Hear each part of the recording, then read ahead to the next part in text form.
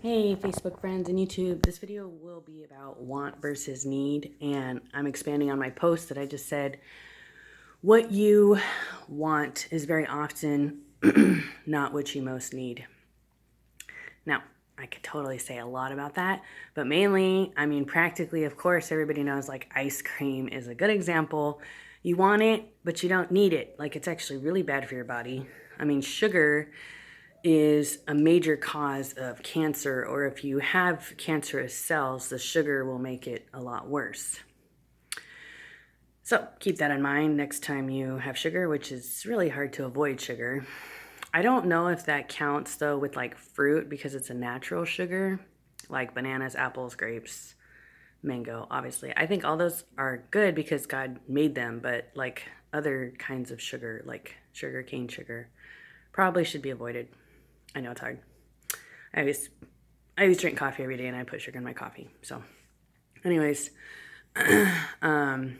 so what you need and what you want are very different because what you want is what the flesh wants. Your flesh wants to be comfortable. Your flesh wants to not suffer.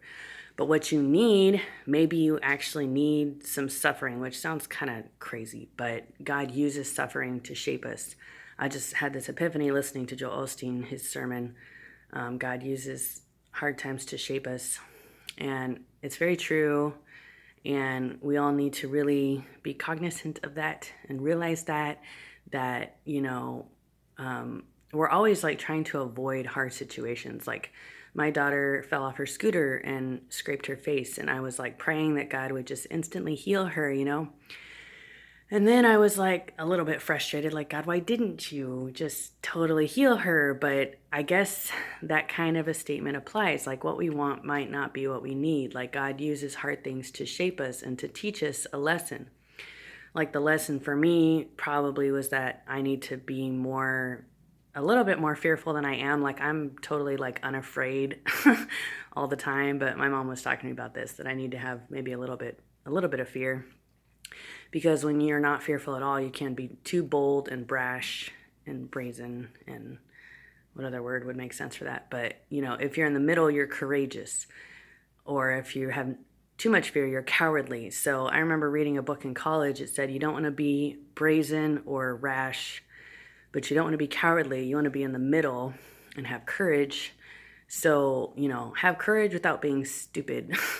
So I guess the accident with my daughter was just God trying to teach me, it's good to be courageous, but I don't know, you don't want to be overly courageous to the point where you're stupid. Like we went on this river trail and it was kind of a steep hill and, I thought she could handle it, but pride comes before a fall. And I guess I had too much pride in the athletic ability of my my 5-year-old. But yeah, so also that, pride comes before a fall. So be careful of being prideful. So back to what you want and what you need. Sometimes we need hard times to humble us to make us not so prideful, because pride is the root of all sin, really, and it is the thing that gets us into trouble more than anything else. When we're prideful and we're like, I got this, and then we fall flat on our face. So be careful of that. Watch out for that. Like, never just rely on yourself. Like, that's what pride does. It makes us say, like, oh, we don't need help. We can do this ourselves. We don't need people to help us or God to help us. And then we fall flat on our face. So, just be careful of that. Like, reach out for help if you need it. Don't be a lone ranger. No man is an island was a good poem I read in high school. So, anyways, just watch out for pride. Watch out for that attitude of I got this, and yeah. So, and I think it's that attitude really primarily that leads to atheism, is that people think that they can do it, they can go it alone, that they can manage their life and handle their life and be successful apart from God, and that they don't need God. But that's ridiculous. You have to be humble. That's the first step of coming to God and being a Christian, is being humble and admitting, God, I need your help. I can't do this by myself. I can't do this, but you can. That's a good prayer to pray to yourself all the time, and to stay humble and to remember that, ultimately you can't do anything without God. Jesus said, apart from me, you can do nothing. But if you remain in me, if you remain in Jesus, you can do anything. So, do you want to do nothing or anything? That's the question. But yeah, so, God gives us what we need a lot more than what we want. And so we need to reevaluate our wants. Are our wants good things? And then what we think would be good, is it really good or is it bad? A lot of times things that we think are good are actually bad, and things that we think are bad are actually good because they teach us things, Sorry, I say a lot in my videos. It drives me nuts too when I listen to them. But anyways, so yeah, just, reevaluate things that you want and just really think hard about anything that you want.